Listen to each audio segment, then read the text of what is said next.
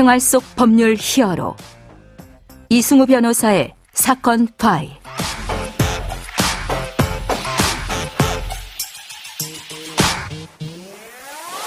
안녕하세요. 사건 파일 이승우 변호사입니다. 각종 사건 사고에서 여러분을 구해드리겠습니다. 오늘 열어볼 사건 파일은 집행정지 관련 내용입니다.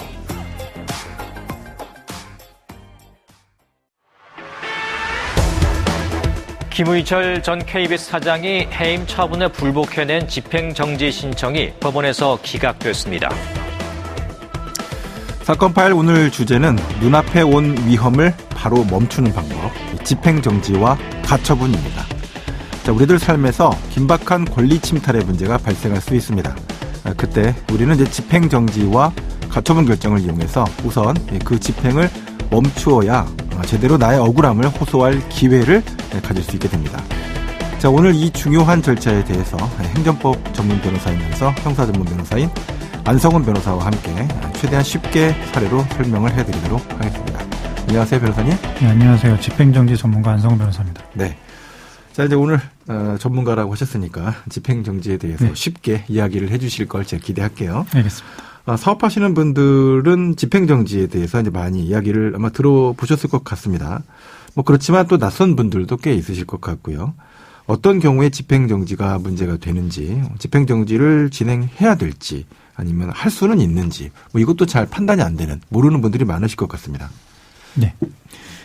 일단은 뭐 소송 자체가 오래 걸리고 복잡하고요. 최근에는 행정법, 민사법, 형사법 영역이 어우러져서 뒤엉켜서 복잡한 영역들이 많기 때문에 네네. 이 대응하시는 걸 굉장히 어렵게 여기시는 경우가 많습니다. 특히 법원에 뭘 신청한다는 건요. 네네.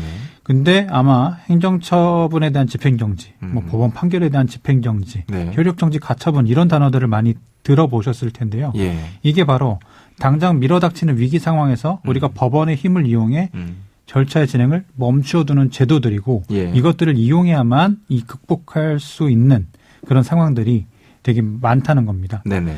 예를 들어서 개발사업 시행자들이 보상은 제대로 하지 않고 막무가내로 집을 철거하겠다고 들이닥치는 상황이 있을 수 있어요. 아니면 또 행정청에서 영업정지 처분을 내려서 당장 가게 문을 닫아야 되는 상황이 있을 수가 있고요. 네네. 또 아니면 나에 대해서 잘못된 소문들이 유명 매체를 통해서 나가기 직전인 상황인 거를 제가 알게 됐을 때 이런 상황들. 근데 집이 헐어진 후에는 이미 저는 집을 잃어버리고 그렇죠. 정당히 평가받아서 보상받는 일은 어렵습니다. 네네. 영세기업 같은 경우는 짧게 뭐 15일만 영업정지를 받아도 망하고 도산 절차에 이르는 그렇죠. 그런 결과가 있을 수 있습니다. 네네.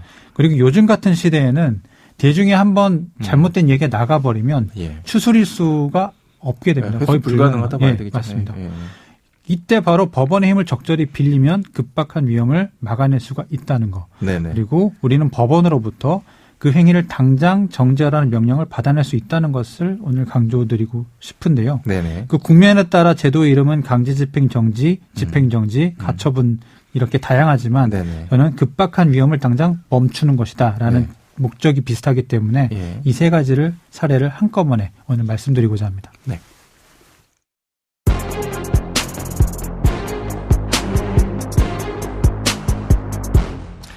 네, 강제집행정지, 집행정지, 가처분 이제 세 가지 이야기를 하셨고 이제 세 가지 사례를 소개시켜 주신다는 거죠? 네, 맞습니다. 네, 첫 번째 사례는 강제집행정지인데요. 어떤 경우에 진행하면 됩니까?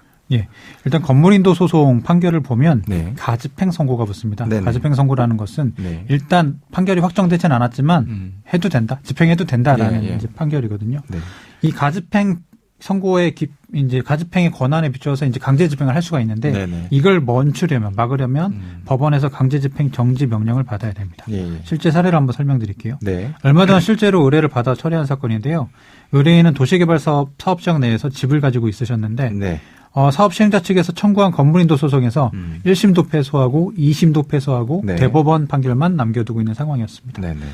심지어 이제 일주일 정도면 강제 집행을 당할 위기에서 저에게 전화를 하신 거죠. 벼랑 끝에서 전화를 하셨군요. 예, 맞습니다. 이게 의뢰인께서 연락을 주신 게 금요일이었는데요. 그 다음 주 목요일에 강제 집행을 할 것이다. 철거한다. 통보를 받은 상황이었습니다. 사업자 측은 우리가 이제 2심까지 판결 받았고 가집도 받았으니까 할 수 있다. 대법원 판결 그거는 법률심이니까 일단 네네. 가집행 하고 나서 나중에 다투라라는 네. 취지로 이제 엄포를 두고 들어오기 시작한 겁니다. 네네.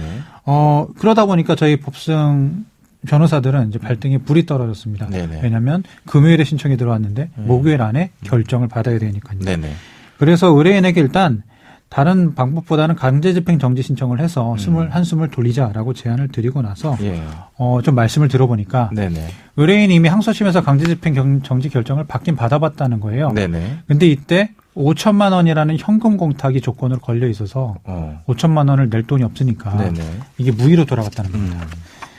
그러면 저희 미션은 강제집행 정지를 인용받는 것뿐만 아니라 네. 담보 금액도 한참 줄여서 가능한 선으로. 예, 맞습니다. 네. 의뢰인이 여력이 되는 선까지 끌어내려야 되는 게 저희 두 가지 미션으로 예. 붙었습니다. 네네. 저희는 두 가지를 집중했는데 첫 번째는 법리검토에 집중했습니다. 네. 건물인도 사건 판결에 대해서 잘못된 논리와 사실 인정이 있었다는 점을 강조를 많이 했고요. 예. 특별히 의뢰인들에 대한 보상 의무가 선의행 또는 동시행으로 붙어야 된다는 점을 좀 법리적으로 내세운 다음에 예. 그다음에 한 가지 측면으로는 담보 금액을 철저하게 계산을 해보면 몇 천만 원이 아니라 500만 원도 안 된다라고 해서 계산을 굉장히 객관적 근거에 비추어서 해보았습니다. 네. 그리고 신속히 신청서를 접수했고요. 예. 저희가 중요하게 여기는 건 접수하자마자 법원에 독촉 전화를 했습니다. 네. 예, 긴급하기 때문에 법원에 전화하는 절차는 항상 필요하게 되는데 네네. 결국 3일 만에 결정을 받아냈는데요. 예.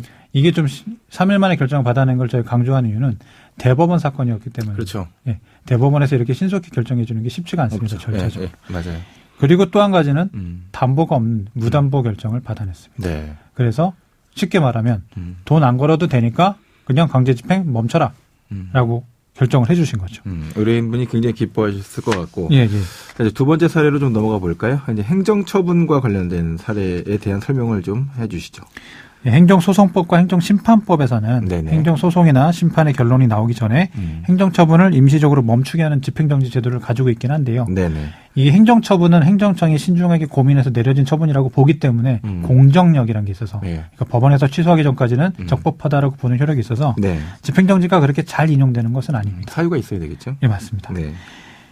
근데 특히 영업정지 처분 같은 거는 사업자들이 억울한 경우들이 많고요. 그렇죠. 그리고 실제로 영업정지 처분이 짧게라도 이제 지속이 되면 네. 사업이 망하게 될 수가 소득이 있기 때문에. 없어지니까요. 예, 맞습니다. 그래서 매우 신중하게 접근해야 됩니다. 좀 중요하게 판단하는 기준은 뭡니까? 예, 바로 회복할 수 없는 손해입니다. 나중에 네. 이번에 망하고 나면 사업은 돌이킬 수가 없잖아요. 네네. 예, 금전적으로만 단순히 돌이켜질 수 있는 게 아니라 사업의 지속성이라는 것 자체가 가치이기 때문에 네. 회복할 수 없는 손해가 발생하게 됩니다. 네네. 이게 바로 중요한 요건 중에 하나인데요. 네. 그런데 행정청이 행정처분 통지를 좀 여유 있게 해주면요. 네. 예, 집행정지 신청하고. 준비라도 하겠죠. 예, 맞습니다. 근데 당장 11월 1일에 처분하면서 11월 3일부터 집행정지, 영업정지 이렇게 처분을 하는 경우들이 있습니다. 네. 저희가 소개해드릴 사례도 바로 그런 사례였는데요. 네네. 바로 1일에 처분을 하면서 3일에 효력이 발생하는 그런 상황이었습니다. 저희 법정 행정팀은 처분이 나온 즉시 집행정지 신청서를 접수했고요. 예. 또 법원에 간절하게 전화를 했습니다. 빨랑 해달라.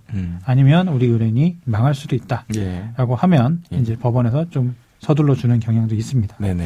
그래서 다음날 바로 긴급 집행정지 결정을 받았고요. 예. 긴급 집행정지 결정이란 심리에 필요한 기간 동안 짧게 집행정지 결정을 해주는 거고 네네. 저희는 그 기간 동안 열심히 심리기를 준비해서 결국 완전한 집행정지 결정을 받아내게 됐습니다. 그 두 개를 받았다는 이 의미인 거죠? 긴급 집행정지 결정을 받고 다시 본 집행정지 결정을 또 받았다. 예.